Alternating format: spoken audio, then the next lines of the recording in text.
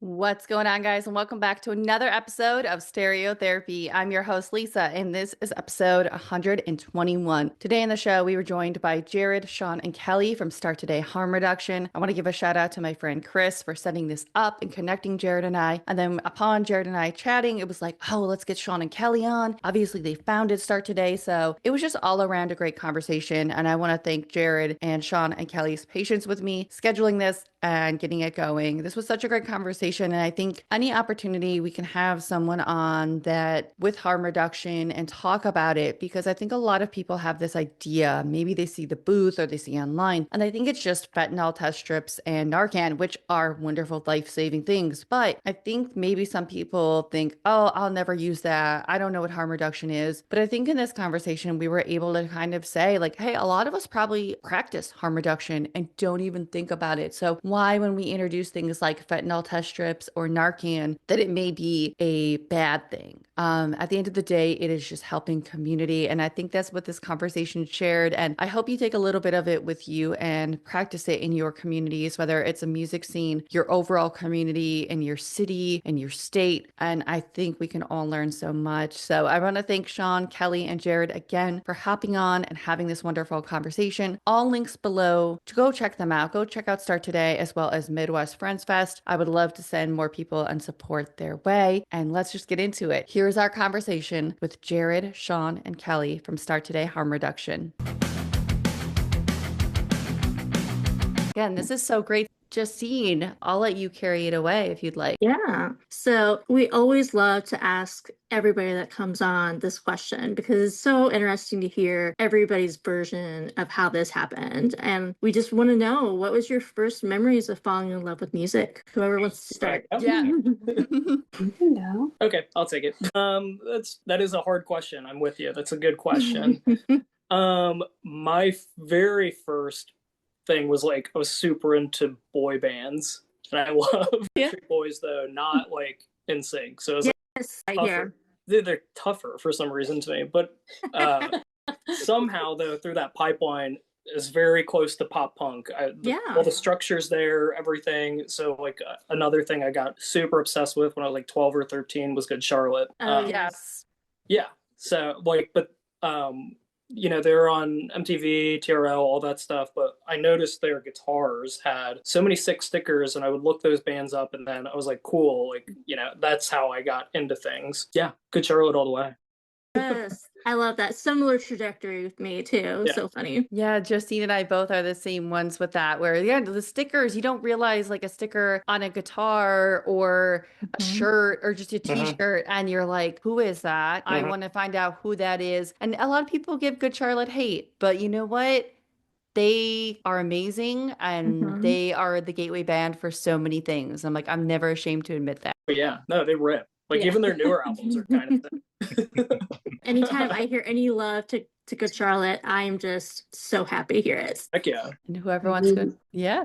I guess I'll follow up. I had an older brother that was like really into a lot of like punk bands. I mean, I guess I was influenced by a lot of my older siblings and the kind of music that they liked, but I just remember us sitting there watching like Conan O'Brien and Carson Daly, all of these, you know, talk show hosts that would have some of the best music on. I remember watching I think it was Conan O'Brien, like Unwritten Law. I was like obsessed because I was like, oh, this band they're right up my alley. And I'm young, I'm younger than you, but I'm young, and this is my influence of finding all these really cool new bands, and then, you know, getting the Drive Through Records DVDs where it's Newfound Glory, but you discover all of these other new bands too, like Something Corporate was on there. And that's just where I like fell in love and kept going off of like same thing. Like, I guess it's more like sponsorships too, like other bands, their sponsorships, and then you find different bands through that too. Now it's more like, oh, suggested artists on Spotify. And then you go through the line there and you're like, oh yeah, this stuff is actually really cool. And I mean, it's been that way, but I guess different forms of like media. Yeah. So now it's like more social media. Back then it was like, oh, somebody's got something sponsored, and then Literally you check things out. Yeah, even like the Warped Tour CDs. We talked about that earlier with Halifax. Yeah. That was on one of the Warped Tour CDs. And that's how I used to find all my new music and love of going to shows, because all of these bands where I'd be like, oh, I like that one song from that Warped Tour CD. I'm going to check this entire band out, and I love it. Mm-hmm. So, Yeah. Oh yeah, those compilations were like everything. Like, yes. oh gosh, I'm forgetting the name. Atticus?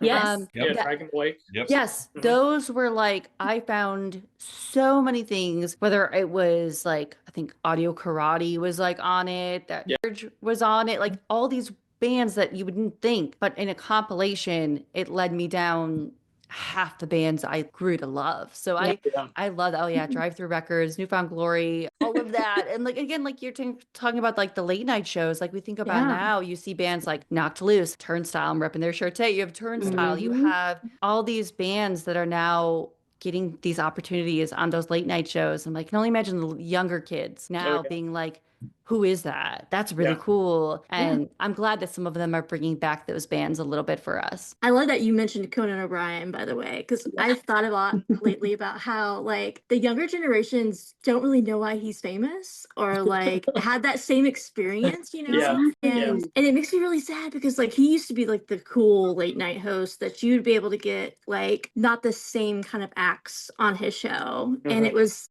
different. And I'm like, I kind of wondered like what is the main like pull that kids today have been listening to be able to get bands. I gotcha. I Oh, really wow. think John really Mulaney? think John Mulaney. John Mulaney, for sure. Really? Yeah. Interesting. Have you watched the Netflix weekly talk No, show?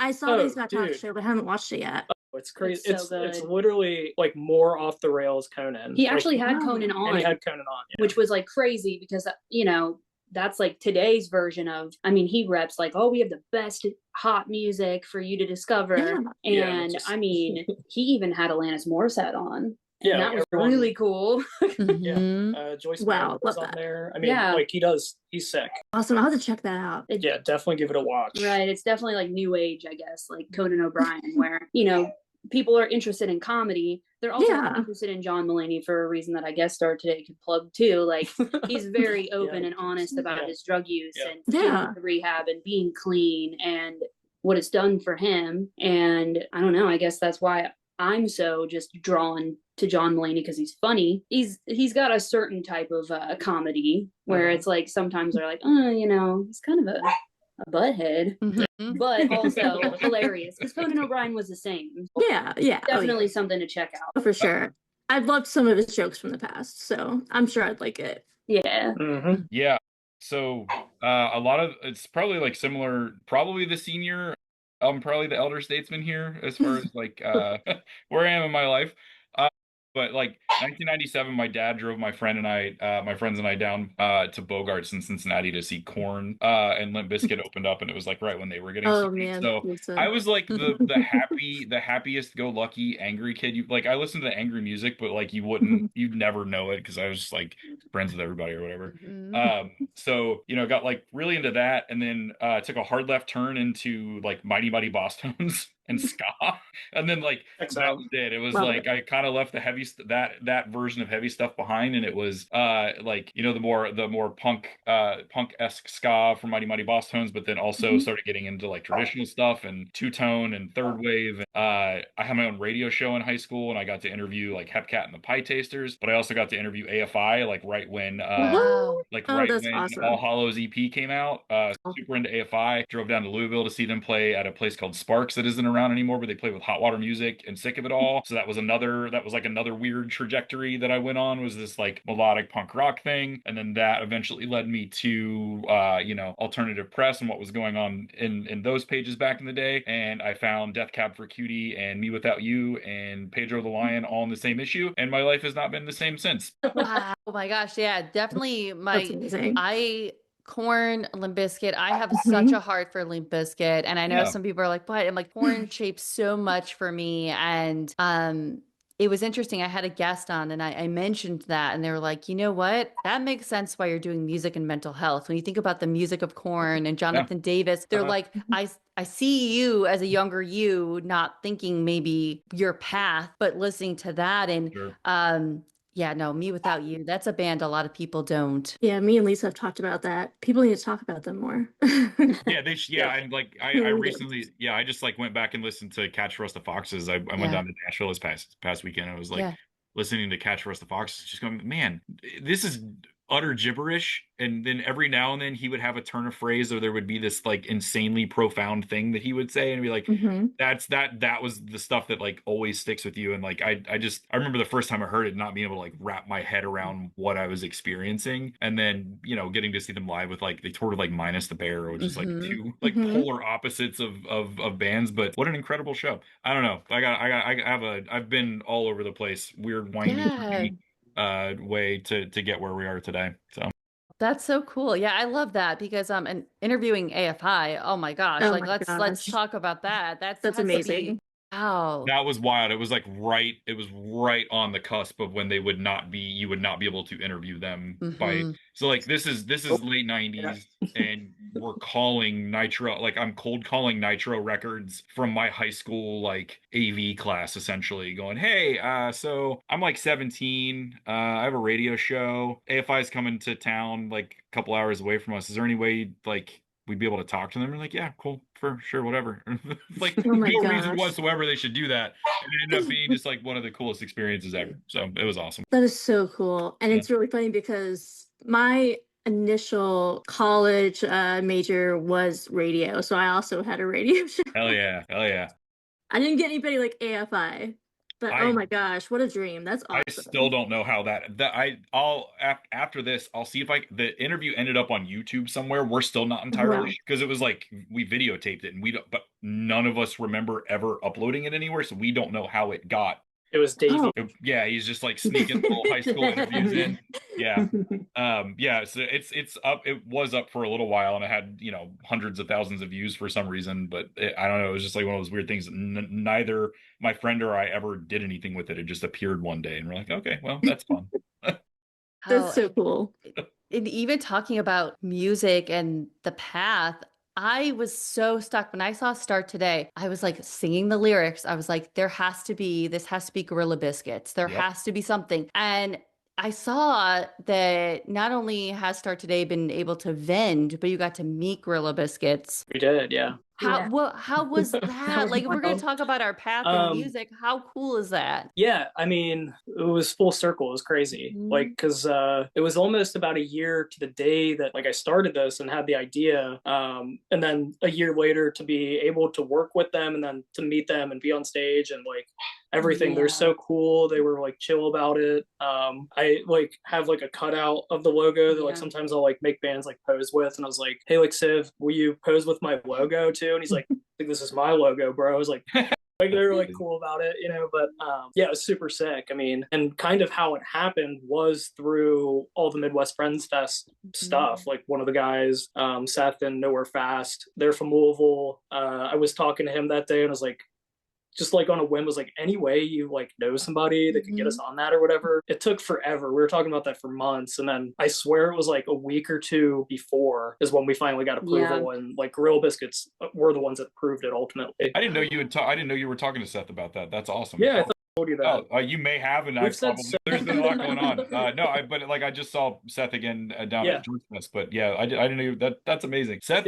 I just want to put it on the record out there in the world. Seth from the band Nowhere Fast in Louisville is amongst, we're going to say this about a lot of people because I feel like we know a lot of good people, but Seth is just like top tier human, just like one of the most down to earth, coolest, nicest dudes ever. And we've only known each other since last year's Midwest Friends Fest. And like, I would do anything for them, for that band, for that dude. Like they're great. So very cool to know that you guys did that. That's awesome. Yeah. And Friday, like the first Friday was when I had actually met him, like, and we had been talking for months about it. Yeah. So awesome. Yeah, he's a cool guy. Yeah, he's a great guy. Oh, he's a great guy. Yeah, he's a great guy. I love a full circle moment, and how cool is that? Because I think we've had a couple of them, but when you have them, it's almost like that push to like keep going, whatever you're doing, if you have them. And when I saw that, when I was reading that, I was like, I knew it. I knew it was Gorilla Biscuits, but I needed that confirmation that like, yes, this is where they got this from. Yeah. And we also, obviously, the intersection of music and mental health. So obviously, I would love to know, maybe there's an artist or a record or a time that you used music to help aid your mental health. And anyone can go, whoever wants to go first. Okay, I would say it was I was living in Savannah, Georgia at the time and got super into Circa Survive. Their first record, Juturna. I couldn't tell you like that's a record that like it's just weird that it exists because it Mhm. so no, I was living in Savannah. It was hard being away. I had been living in New Jersey for a while and moved down to Savannah with the person I was seeing at the time, and music was 100% my refuge. And it like Circa Survives, Juturna, Minus the Bears, Mano Solo. So and you know some of the like sadder, well, I mean all of it's sad, I guess, the like Pedro the Lion's Achilles Heel, Mhm. like those were all records that I just like absolutely sunk my teeth into, and they kept me like above water, kept my head above water for a while. But I even with as weird and stressful as that time was, I still have such fond memories of like the first times hearing those albums and just like how much it altered my like like Juturna especially just like altered my understanding and appreciation for music in such a big way, because I didn't know that somebody that uh, I didn't know that people could do that. You know what I mean? Like that was just the Yeah. first one that really just like something snapped into place for me. I was like, all right, the weirder the better. Let's go. And you know, it's been pretty wild ride since. Well, yeah, we're in good company, Justine. Anthony Oh, yeah, Green we are. is, anyone that looks at our page knows Yeah. that man in Circa Survive is Yeah. like Mhm. everything. Yeah. I was And fortunate enough to see him play with Seosin at Mhm. Birch Hill nightclub in New Jersey. Oh, wow. Like they toured with Story of the Year. Mhm. Big Anthony Green fan. So yeah. You know, we talk about full circle moments that randomly was like, hey, we're going to be in the same place. Do you think we could do it? And immediately he was like, yes, no problem. Let's do it. Wow. Love And that. I was shocked, but it made me to appreciate him that much more. I love his music. Yeah. But him as a person, that he trusted us, which we're not professionals. We don't know, you know, like, okay, alternative press gets you and you want to come on our little podcast. He gave us so much more time than I thought we would ever have. And yeah, Yeah. I'll never forget. I think I like, admittedly, I cried for days. I was Oh, Justine out. I amazing. was like, absolutely. oh, It was very healing for both of us. We both Oh, really yeah. needed that. I think that I kind of want to think that he knew we needed that too. Like not even just for the pod, but just for us. For sure. It was a beautiful moment. I mean, he seems like a very. I've done one interview with him as well. Mhm. I think Circa was on tour with Minus the Bear, and I was able to sit down with him, and it was like he's a very empathetic person, you know. And it just I think that made me appreciate what he does more. And I mean, oh, your music makes a lot more. Even if I don't understand exactly what you're saying, I still kind of get it, you know. So I yeah, right there with you. That's amazing. Yeah. Oh, that's so cool. Yeah. Oh, Minus the Bear too. That's another band that Yeah. I I hadn't love. thought about them I in love this so long. resurgence of music, but it's like, what about those bands? Nobody really talks about them, Without Yous or the Minus the Bears or any of that. Why don't we talk Yeah. about them in this like resurgence of emo, whatever you want to call it? You know, like why not? I Yeah, don't know. I don't know why nobody's brought them up. Like, especially like, so I was very, I was very prevalent on the Circus Survive message boards, and Minus the Bear was like one of those bands that was constantly brought up, Mhm. like all the time. Like they went hand in hand all the Yeah. time, even before they played with them. And yeah, nobody really ever mentions them, and I'm Yeah, shocked nobody has. they went kind of dormant for a little bit, and then they're doing their like the Mano Solo so Mhm. 20th anniversary tour, which is like of course not coming anywhere near us. Mhm. Detroit Coming to Detroit. sold out though. Oh, Mm. Obviously. Yeah, I think there's probably also like a generational thing with bands like Me Without You and Minus the Bear, like because they've kind of like minded, or you know, Me Without You's done. I don't think we'll ever really see anything from them again, which is fine. I think they ended how they wanted to, and that's important. But it was cool, like with Minus the Bear kind of hitting pause, that Botch was able to come out and just like rip gigs for a while, and they had a great time. So hopefully Minus the Bear is around again for the long haul, and we'll see more from them, and more people will start talking about them. Let me We'll keep talking sidetrack about them, this. and then yeah. Well, I'll piggyback off that. Like we're Yeah. talking about Minus the Bear like a lot. We're Yeah. huge Minus the Bear people, Mhm. as you know, Jared. But recently, like probably the last 9 months or so, I became friends with yeah. Eric, the old drummer from like the original drummer. Yeah. With this new tour that they're on, he was not like he's it's a whole thing, but I guess he's cool now. But he was on a podcast that I listened to. It's gosh, now I'm blanking. This Was the Scene. That's what it was. Yeah, I love that podcast. Yeah. Yep. Super cool. And like I literally just hit him up on Instagram after hearing that, because he struggles with alcohol, mental health, like really, like he's very open about it. So I was just like, hey, like we do this, like you want to talk? So he has an interview sitting with him that he'll message me like once a month, and he's like, I need to get that to you, bro. And I'm like, that'd be nice, but like, so it's I don't know, again with the full circle like kind of aspect of things, is like a lot of this is like, I think generally we're all just fans of things, is the vibe I feel. Yeah. So, and so are they, like, you know, like all these dudes are like just as chill as we want to think. I feel I really feel like, so it's nice to hear that even Anthony Green is like as chill as I would think. Yeah. I would always just say to anyone that's never met him, or maybe I've had the best experiences. I remember starting this Stereotherapy is like a zine, like a little blog, and he would always push me like, hey, keep with it, keep with it. And I got to get interviewed by Circus Survive. There's like a little fanzine they did for like Creature Club, and I wrote, I want to interview bands one day, I want to do this. And it was 2011.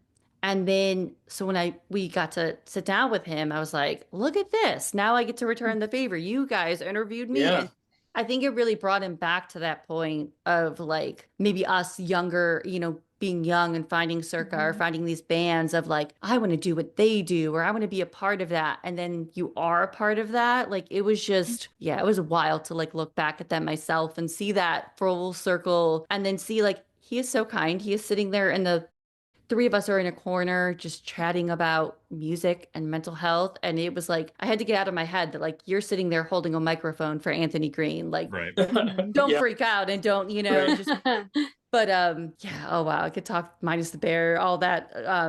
But Sean, I would love to hear from you guys, you and Kelley. How is music and mental health? How's it impacted you guys? I think I'm usually the kind of person that heals with music anyway. I actually am kind of, I don't know if this is weird, but I feel like certain people have like times of year where they listen to certain albums because they resonate. We've talked about that before. Yeah, like, you know, fall time, I will pull out, I don't know, like Pine Grove. I love a lot of that. Recently, we're talking about bands that we think should like have their moment now because they didn't before. We saw Ted Leo and the Pharmacist a couple months back, and that was an amazing time. I had recently discovered them within the last like 5 years, and Sean was like, I don't know why I never really caught on to them. I would read about them in AP all the time, and I mean, it's just I heal with music. When I'm feeling really, really sad, I'll throw on some like upbeat jams. I have, I don't know, 6-7 different playlists probably for different like moods that I might be feeling. I mean, I have a ska playlist. I do listen to, it's called Bop Bop. But it's just really, it depends on what I'm feeling that day. And I listen to music every day. I feel like I'd die if I couldn't listen to music every day. It's just something that heals my mind too, where it's like, okay, do I want to feel like sad and emo? Okay, I'm gonna pop on Youth from Citizen. Like I'm gonna do that, and we're gonna get in our feelings today. Oh, you are my person, because I say whenever it's fall or winter, it's like that's the post-hardcore season for me. And I remember one time I told someone that, and they're like, "What's post-hardcore season?" I'm like, "Clearly you don't know." Or when the weather's cloudy, you gotta listen to it. And I'm like, bands like Thursday or Citizen, that's a fall. I'm like, that's fall. Or Touche Amore, that's a fall. I need. And throw Dispute in there too. Yes. La Dispute. Thought them, and even Death Cab. That's a fall. That's a fall winter. And then the spring and summer. That's when the Newfound Glory or whatever gets in there. To, you know, Story So Far. Any of that, and throw in those. And I think I'm such a seasonal music listener. Like that's me, or even weather. Like not even just seasonal. Like I need the mood to fit. So I love that. Yeah. Now I feel. I mean, that's what Kelley and I bond on. Like, I mean, music is for real my everything. Like, I'm a musician. I am never not listening to something. Like, I worked in my office today, and there was just stuff playing. Like, I can't not. So, I don't know, but I'm with you with like the different moods. Like, I mean, right now I'm in like a big pop punk kick because it's warm out. You know, like all I've been listening to is like early 2000s drive through and like those weird bands that fall off that no one remembers or talks about. I'm like, oh yeah, they were sick. Right, like I'm on a totally Yeah. totally different wavelength too. It's like certain albums from like A Great Big Pile of Leaves. I'm like, Oh. like the new album Pono. Oh, Oh my Yeah. gosh, Oh. that is like spring, fall time. can I 'cause can I it's tell just- you something? Yeah, So I listened to Pono yesterday on the way back from Yeah. Nashville, and I was like, oh, I wonder if they would come out for the fest next year. Like that, I'm not kidding you. That was like they're like high up on my list. It's like I love Yeah. Pono. Last time I saw them was with like Into It Over It and The World Is a Beautiful Place in Columbus, and that was like a Yes. wild show. And you know, like I was like listening to you guys talk about like seasonal music, and I'm 100% with you. But like right now, I'm listening to what I would very easily qualify as like a fall record, but I can't. It's what, June. I can't stop listening to it. It's so good. And it's this band from Chicago called Moon Type, and the record's called "I Let the Wind Push Down on Me," and it is like the loveliest, most out of place record for like June 9, 2025. I don't know. So like I've just been listening obsessively, but that's probably going to end up in my like November, December rotation once I get to that part of the year. I'm gonna have to jot that one down. I'm originally from the Chicago area. How Oh, do awesome. I not? How do I not know this band? Like now, I'm like, I don't know. I hate being like, well, they're small, but like they're just one of those small bands. I found them at the height of the pandemic in like 2020 or 2021, and I think they had either just put out a new record or were getting ready to. There's this guy named Seth Engel who's from Chicago. He's in a band called Option. He does his own thing called Options and another thing called Pitter. I think it's Patter, but he would send out a newsletter with recommendations, and they were in the recommendations one day, and I was like, oh, this sounds interesting, and then like fell in love with that record, and then their new record's even better than that one. So yeah. Wow. Yeah. Now gotta take notes for this today Yeah. for sure. Oh, but Yeah, we come with recommendations like more than I'll ever know what to do with. oh, I love it. Yeah, Great Big Pile of Leaves. A lot of people don't bring them up, and I don't know why. Again, like Yep. we have these bands that are so special, and yes, everybody loves My Chem. I get it if that's your thing. Yep. But we've got to talk about the other ones that made an impact too, not just the big dogs. Like I get it. I get into that nostalgia bubble too. But then I'm like, wait, like I love Law Dispute and they're coming out with a new record. Why aren't we just as excited? But I get it's not everybody loves them. I get it. Yeah. But they're so special. They're so good. Yeah, I was very excited when I got to meet Jordan of Law Dispute once. And I think I definitely was like a little like overexcited because I was like, oh my God, Rooms of the House. I love this record. And I feel like some people just shit on this record, but it's so amazing. And just the story and everything. And he was just so chill and kind and just like, thank you. And like, I was just like, oh, I think I like word vomited on him, but like it was just so special. I was like, we need more of this. Yeah, and I think like he would be a really fascinating conversation around mental health and music specifically. And like I can vouch for that. Like everyone in that band are just like they're absolute sweethearts. I was fortunate enough to spend some time with them when they were touring with Oh Brother and Thrice a long time ago. It had to have been whatever the record before Rooms of the House, which is my Wildlife, which is like that's my personal favorite of theirs. Yeah. They were touring on that, but like he would be such a I can only imagine the things that would happen in the duration of that conversation. Oh, bucket list. He's on there. I'm like, if any somehow, some way, I know he's done them, not the smaller podcast, but if I could somehow just be like, listen, I can guarantee you we will have a good conversation. I promise. And obviously too, we've got to now start today. We want to talk about this. I want to get people to what you guys are doing because it's so important, as we talked about. And I know Justine and I leading up to this, we're talking about it. And it's one of those things that not everybody knows what harm reduction is. Some people have opinions of it. So I'll kind of just start that conversation with giving you guys the floor of what is Start Today and what is harm reduction. I can take that. Yeah. So Start Today is basically just keeping everyone safe. We're coming to shows, like people know Jared, people know me, people know Kelley. They know that we're chill and going to keep everybody safe and like just protect everybody. So we try to be as like out there for shows as much as possible. The very basis of it was I had a friend, one of my best friends, Nick Bunningstock, passed away from a heroin overdose in 2013. And I could never really figure out how to honor him both ways. Like that's kind of what cued me up to go into nursing and specialize with substance use disorder patients. But I wanted to do something more, and I just had this thought, like this is it. Like I had done stuff. I did some Narcan distribution down the street, and I really enjoyed that. But I was like, how can I make this like its own thing that people would listen to and who I'm trying to reach specifically? So it's basically just a community of safety and education and making sure that everything, more friends don't pass away, basically. I think the concept of harm reduction is pretty much like in the words, right? Like it's in the concept is the thing. I think Sean very he put it very well in that we're trying to create environments and the things that we're doing where people feel safe, and if they're dealing with substance abuse disorder or any of those other things, there will be something, like somebody or something there to help them if they need it. Sean and Kelley and I, like we're doing collaborative shows together where our names are, the Midwest Friends Fest name and the Start Today name are attached to it, because we want to know that, like, we're kind of synonymous with, we're supportive of each other, and we're trying to support a new version of the scene that's been sort of like sprouting up in the Cincinnati, Northern Kentucky area.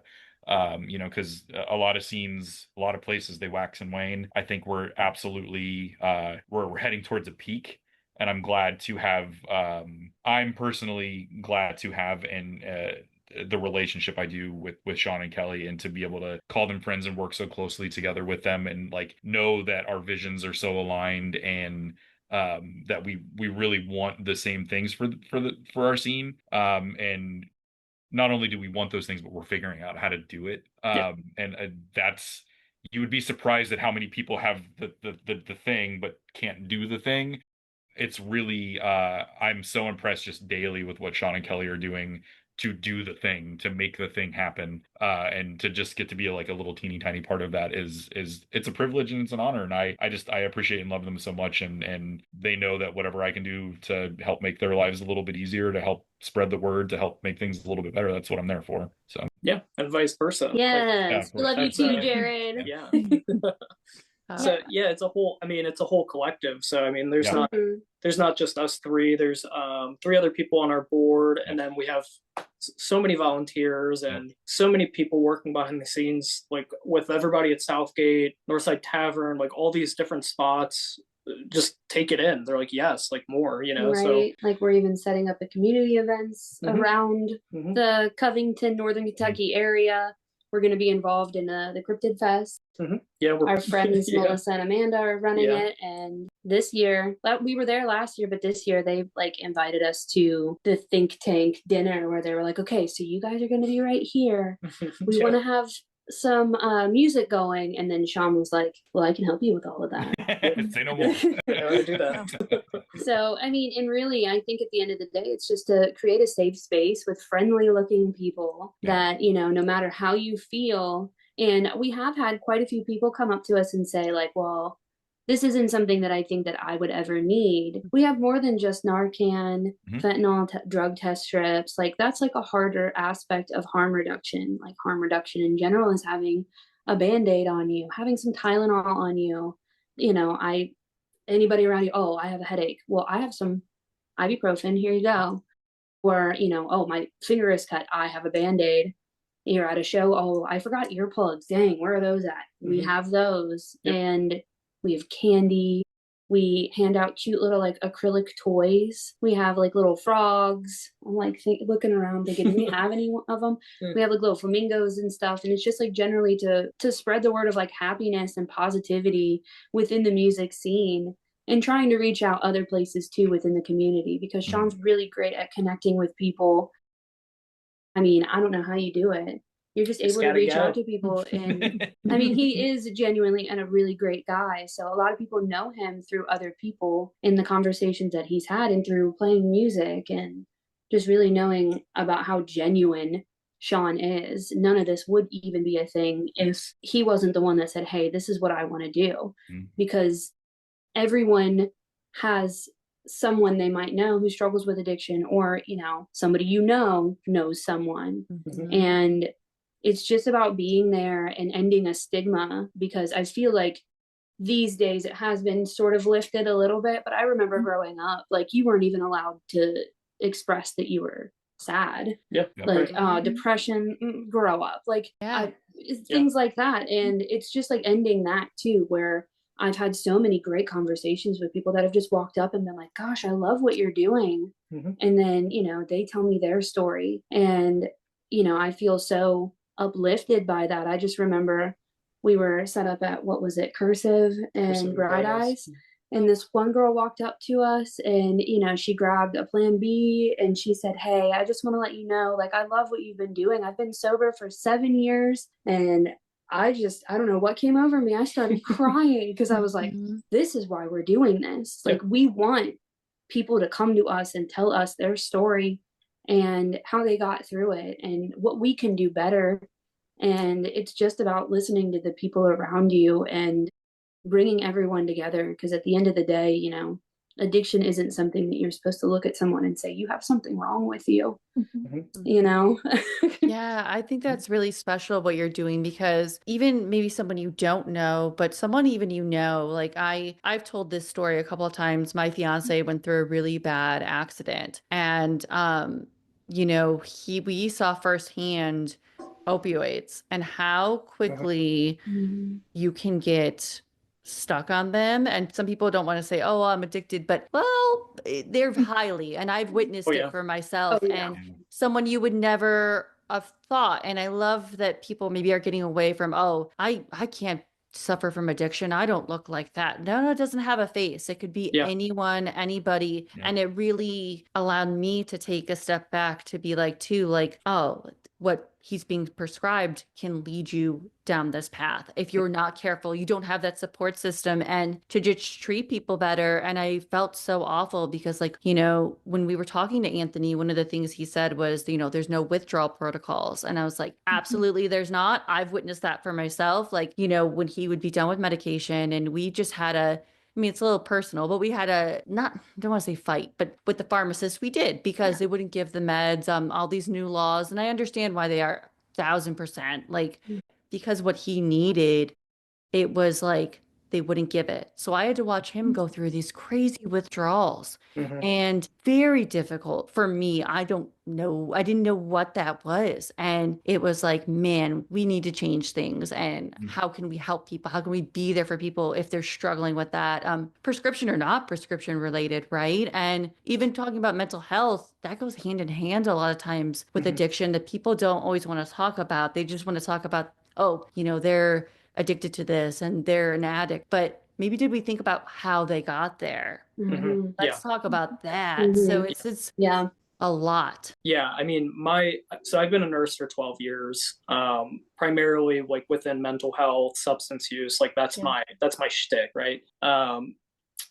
Stigma is like just very real. I mean, I think what we're doing is helping immensely, like just with peers. Like, I mean, we stopped drinking about almost 2 years ago, and I have all these different friends like, hey, I stopped drinking because you did that. I'm like, and I'm out here saying like, yeah, I was an alcoholic. Like, and I think that just saying that like really changes things, because I don't, you know, look like an alcoholic, but I mean, by definition, I absolutely were.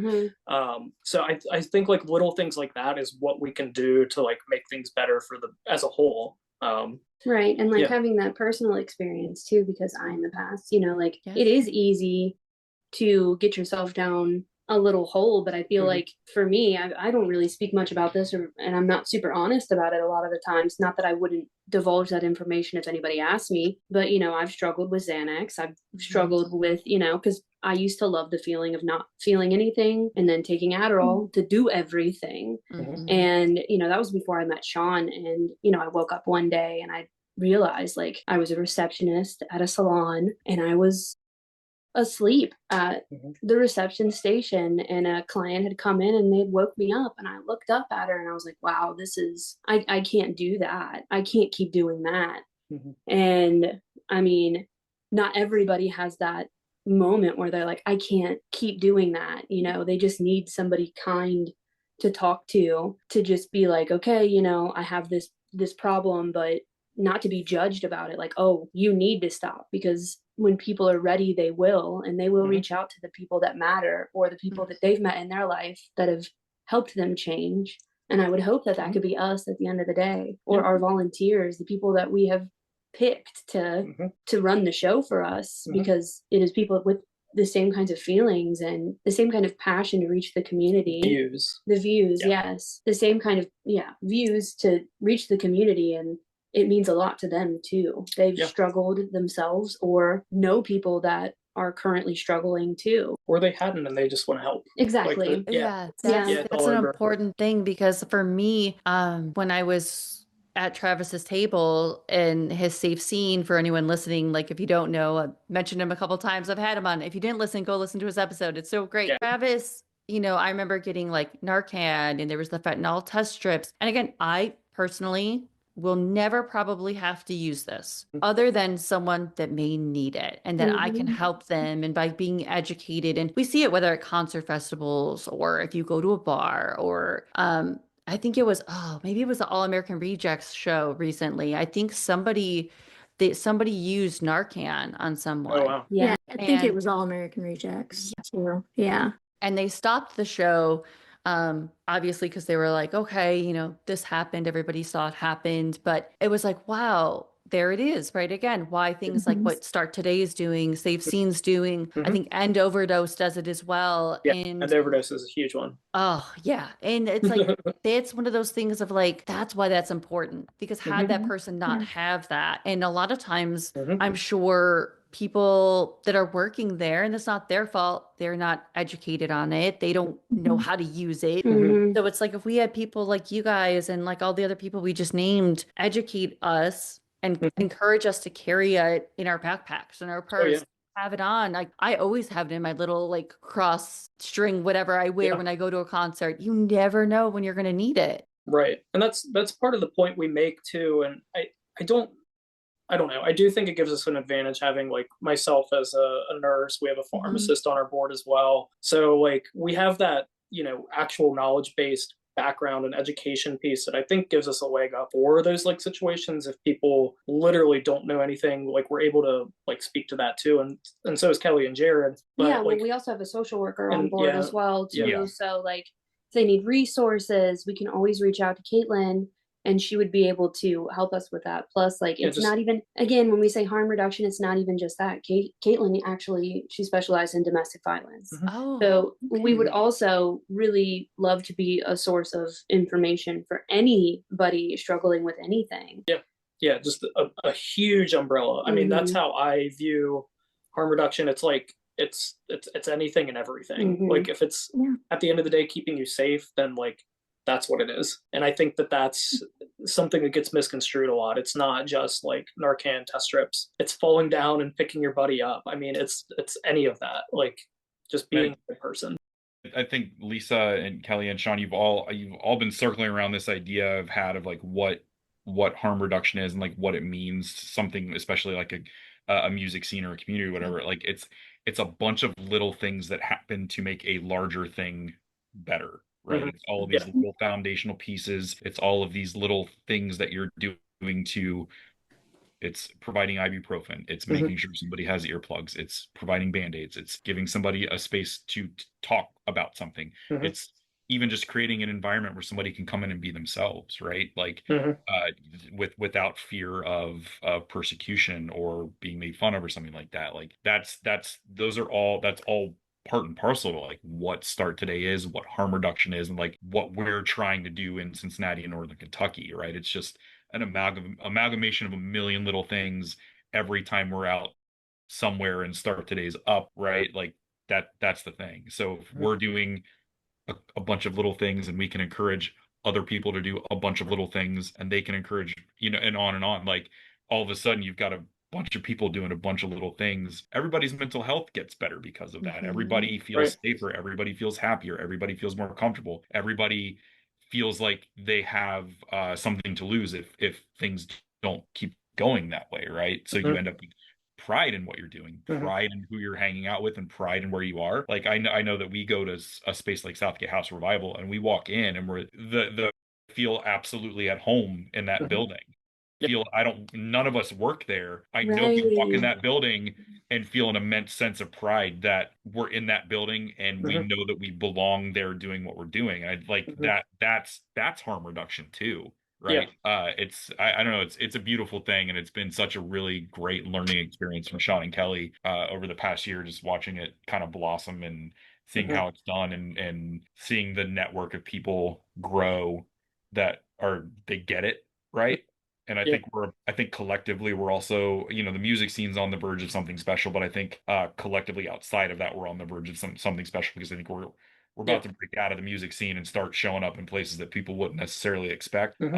That makes a safer city, that makes a safer environment for everybody, and to be involved in that, I think is just really freaking cool.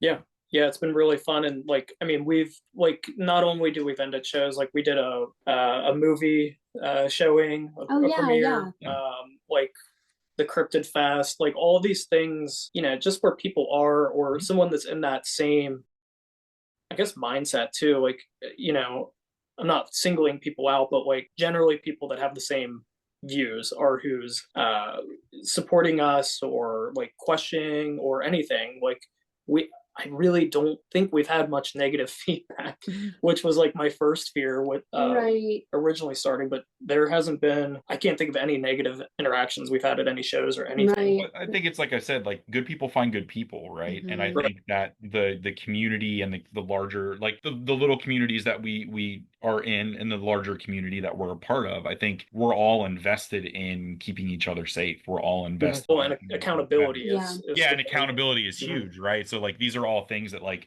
we're invested in make happen. And I think to your point, Sean, it's interesting to see like, oh wait, no, we're absolutely not alone in that. There are a lot of people who want the same thing. They may not necessarily recognize it for what it is, but as soon as we start having those conversations, like, oh, okay, we're in the right place, we're with the right people, everybody gets it, even if it's on like in a different way. It's all, again, a bunch of little things that add up to this like bigger idea, these bigger ideals. Right. And I feel like additionally that helps us continue to do what we're doing. I mean, I call it footwork. Like we're out there, and we recently went to Covington, Northern Kentucky Pride. We went to that. We handed out like 6 Narcan, and it was just people we already knew. Even though our friends from the health department were set up at a tent, like they still support what we do, and we support what they do. We went to visit them. We talked to them about a lot of stuff, and got to talk to Queer Kentucky. Definite shout out to Missy Combs. They're awesome. I mean, and they also had a harm reduction. Like it was like a rolling tackle. Yeah, it was like a locker. I don't even know what it was. It was amazing. Yeah, and it's just like also being supportive to the people who are out there trying to do the same things as us as well. I mean, we reached out to a peer that we have. His name's Perry, and he has his own harm reduction thing as well, and it's called Be the Place. He actually got to meet David Byrne too, so that was like, oh wow. When we talked about meeting Gorilla Biscuits, I was like, okay, so like that's a milestone.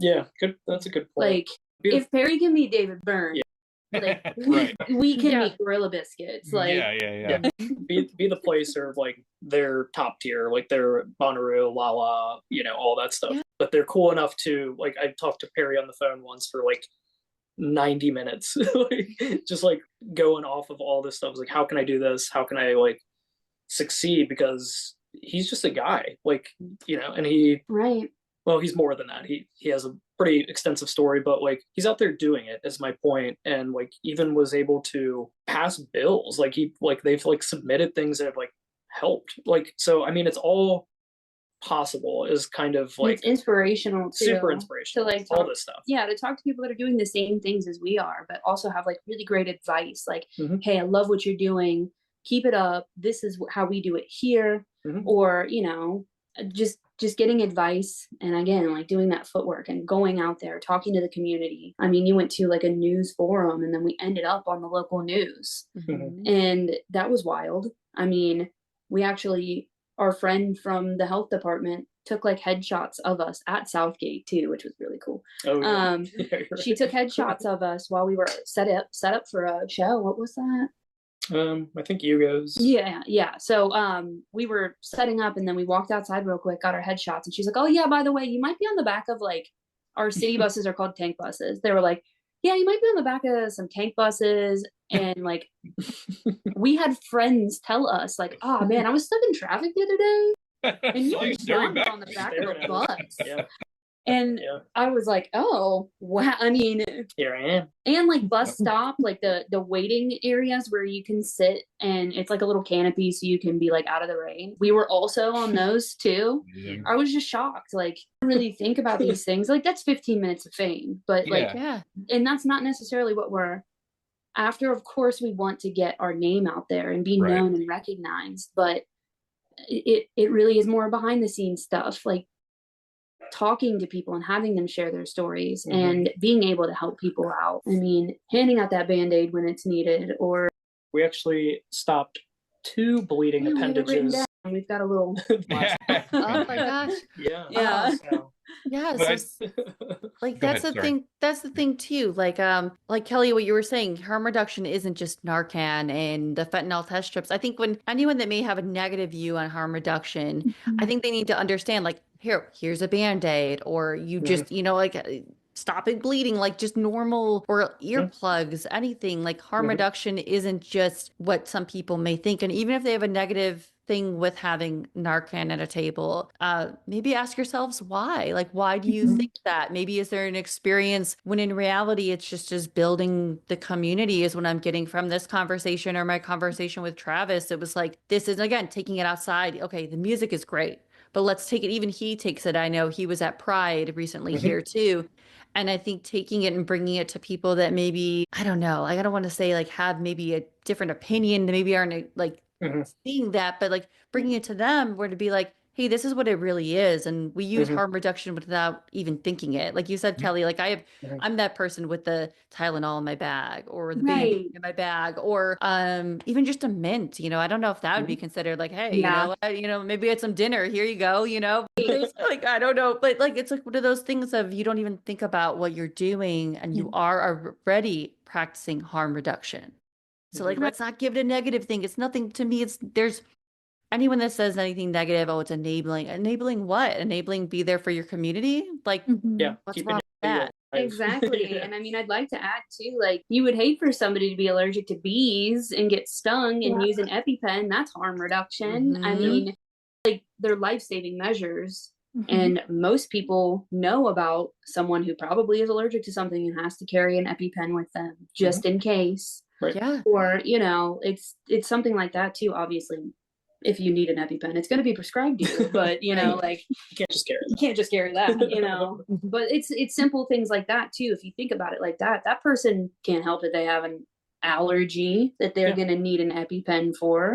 Well, much like people with addiction also can't help that they have addiction. I mean, exactly. It's a diagnosis. It is, there's so many studies on this, and I've talked to peers even with that, like, over the years. And that's something that I, have personally been invested in for a long time. And I can't ever wrap my head around when someone's like, oh, they're just like this. I'm like, no, man, you wouldn't say that about a diabetic needing their insulin. It's the same in my mind, and literally has always been that way in my, like, how I think of things.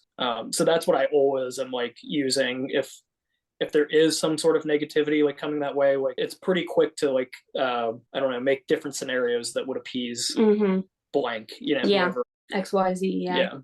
I mean, the idea, I think, is it's community over competition every day, right? Like, it's that's the thing. It's we're doing what we're doing, other people are doing what we're doing what they're doing, we're all doing it together. And whether we recognize that immediately or not, but I think, again, we're just surrounded by people who understand like the very very foundational pieces of like what community is. And I think, like, when you're dealing with folks who might have a negative opinion of harm reduction, of those things, like, they're in competition. They're living their life in competition with shit that we're never gonna really fully comprehend. Like, whereas like where we are trying to step outside of that like very, very like basic human like competitive nature and be like, no, we're not better than this. We're not any worse than this. All We're just we're all of these things at the same time. Right. And it's about being able to like take that concept and like let that radiate out. Right. Yeah. And like to that point, I think, and I've said this to Kelley, like we'll get like done like late at a show or whatever, and I'm like, man, that was still like so much easier than being in a band. But like that sounds crazy, like because they're not like necessarily comparable. But like my point is, sometimes things can get really gatekeepy, and that's not something that I like mess with at all. I can reach out to like sometimes I'll just straight up take a complete reference from some random harm reduction like in Mississippi County, I don't even know. And then that person's like, this is sick, like thank you. And like that doesn't happen all the time. Like artists don't share things the way that like this style of community or whatever. It's super interesting. And like that's what I thought was really cool with Travis just reaching out to me, is we had a shared experience. We both built something upon that, and like we're out here doing it and have all these people involved. And that's what I thoroughly enjoy, is just the community aspect and just teaching people how to, or reinforcing like goodness amongst people and things like that. Yeah, I love that. And it's so important because like right now, more than ever, I feel like community is so important.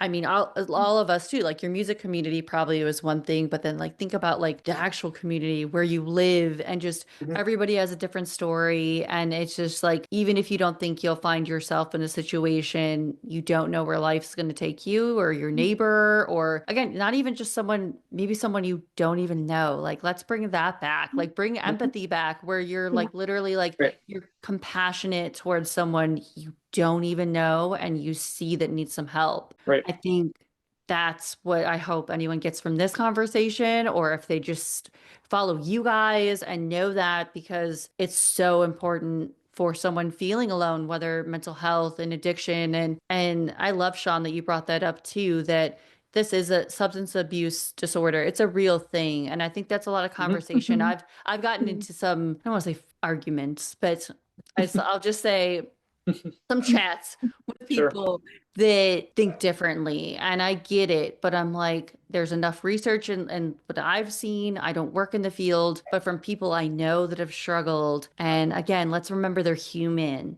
Don't just put, oh, well, they're this, they're that.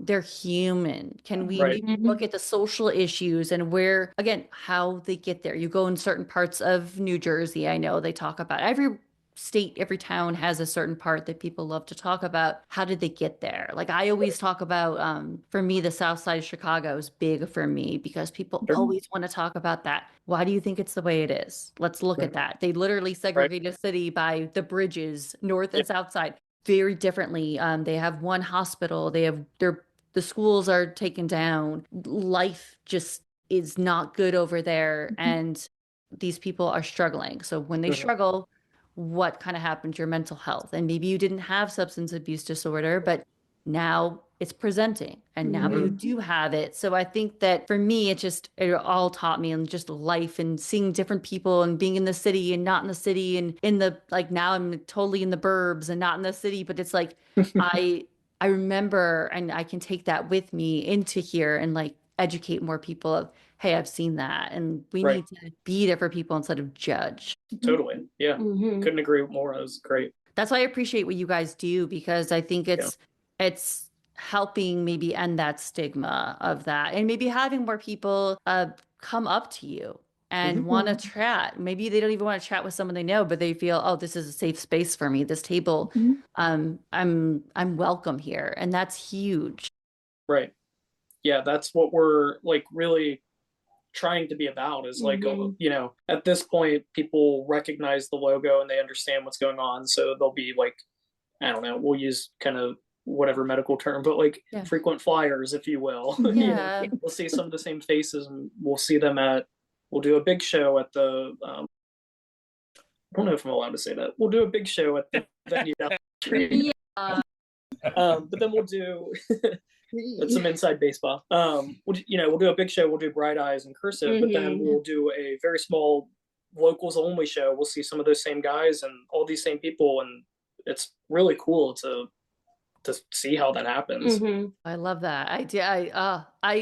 I hope the sky's the limit for things like harm reduction, and whether it's you guys or Safe Scene. Again, Travis, I hope he succeeds in everything too. And I think that it's, I guess, what if people want to support you guys, what is the best way to support you guys and your mission? I mean, so Instagram is like the hub. So I always, if there's somebody coming at us like, hey, how can I help? You can donate, like that's cool, but like all our information and following and sharing posts is really what I care about, because that it goes so far, and you can't even like measure it sometimes. Again, bringing Travis in, I have no friends in New Jersey. Like now I do because of Instagram. Like I don't know how that happens. So that's like kind of my big plug, is following us and sharing posts and that kind of stuff. Right. And obviously donations are really helpful, but at the end of the day, like, yes, we're a nonprofit. I don't really stand to make any money off of this. I just want to put all of the money that people have so kindly donated to us, like, back into the cause. And, to be able to go to other places, like Lexington, Louisville, like able to branch out a little bit more within, Northern Kentucky, Cincinnati. And I think the way to reach people is really through Instagram, social media, things like that, because Sean is the one that runs all of it. Like everything that you see is something that he's posted or made, or, he's just really the creative mind behind this. I don't know. I mean, you say that for me, like I work at Sephora. I am a customer service person at heart. And a lot of my coworkers are like, I don't know, Kelley, it's something about you. I feel like people are just like drawn to you. And I really use that to my like benefit, I guess, by, standing behind the table at Start Today and just catching people's attention and being like, hey, how are you? And goes a long way. I really don't feel like, a lot of people get asked that, like truly, genuinely, like, how are you, by somebody who seems like they really want to know. And you don't know them. Exactly. But I always love talking to people. Like, I don't know. Talking to people rocks. Oh, go ahead. I was going to say, I wanted to, I want to make sure that the Instagram is really good as a resource for information, but it's also one of the wonderful things that Sean started doing is talking to people in the music community, people in bands, people. I mean, and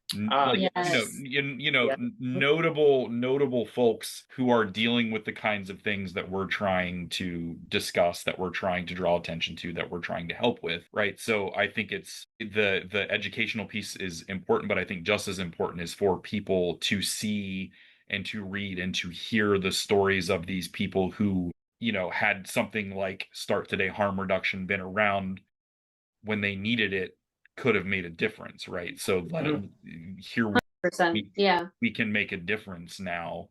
And it's, to have these folks that we look up to, that we respect, that we love the art that they make, to have them be so open and so vulnerable and honest and willing to share those things with us is truly, truly special. And again, it's a privilege for us to be able to do that and to be able to share with people. And that's just another way for us to help. Again, it's just a bunch of little things that make this like bigger thing. And I love that about what Sean's been doing recently too, is just like all of these stories, they have a through line, right? And we're able to start connecting dots. We're able to start showing people what's going on, what life is like, how you can get to the other side and be okay. And Start Today can be a part of that, and I love that. I think it's, definitely want to give that a shout out. Right. Yeah, I definitely a good point. Definitely. Kind of glazed over that one. I did, but so Jared's referencing the interviews like series that we've put out. Like we talked with Boys Night Out, Signals Midwest, and then we're doing all of our local band friends that want to participate as well. And like these stories, man, like that's how you crush stigma, is listening to your friend that you look up to, you see them singing every weekend, and you're like, whoa, didn't know all of that. kind of same thing when we start talking about like our drinking and things like that. Like it's all of these pieces to shatter that kind of thinking. So yeah, good point, Jared. Yeah, that is I had Daniel Rinaldi, he was in Bed Light for Blue Eyes, Oh, and cool. Forgot I about had that. him on, and Heck I yeah. admittedly I did for a while too, Yeah. until my friend Anthony he connected us. He does like noise protocol. Mhm. Oh, and he was like, "Hey, it would be great to have Daniel on your show." And I was like, "Oh my, I forgot about this band. I listened to this band. I've seen it." And not realizing that he's now a mental health therapist. Like he Oh, is cool. in the mental health field. And speaking with him was really cool because he knew like the touring side and then being home from tour and what that is and being in a band at a young age. And he had said that similar thing where how cool would it be if they had like mental health, not even just meditations, but something before the show. Mhm. And these bands would talk about like just talking with fans and letting them know that their favorite singer Mhm. hey, has been through it too, or been through Yeah. something like that. And how cool would that be to get to have that connection and not feel alone and having Mhm. maybe you don't know somebody, but like you love that singer and they're open about it. Maybe you can be open. I was like, that is so cool. I know that's a pipe dream. I wish we would do that. That would be Mhm. the closest thing I got was a question answer with Anthony Green. And he did this thing and everyone could just ask any question, which was a little bit chaotic. Um, a lot of people were sharing like how he helped them through their addiction, mental Right. health.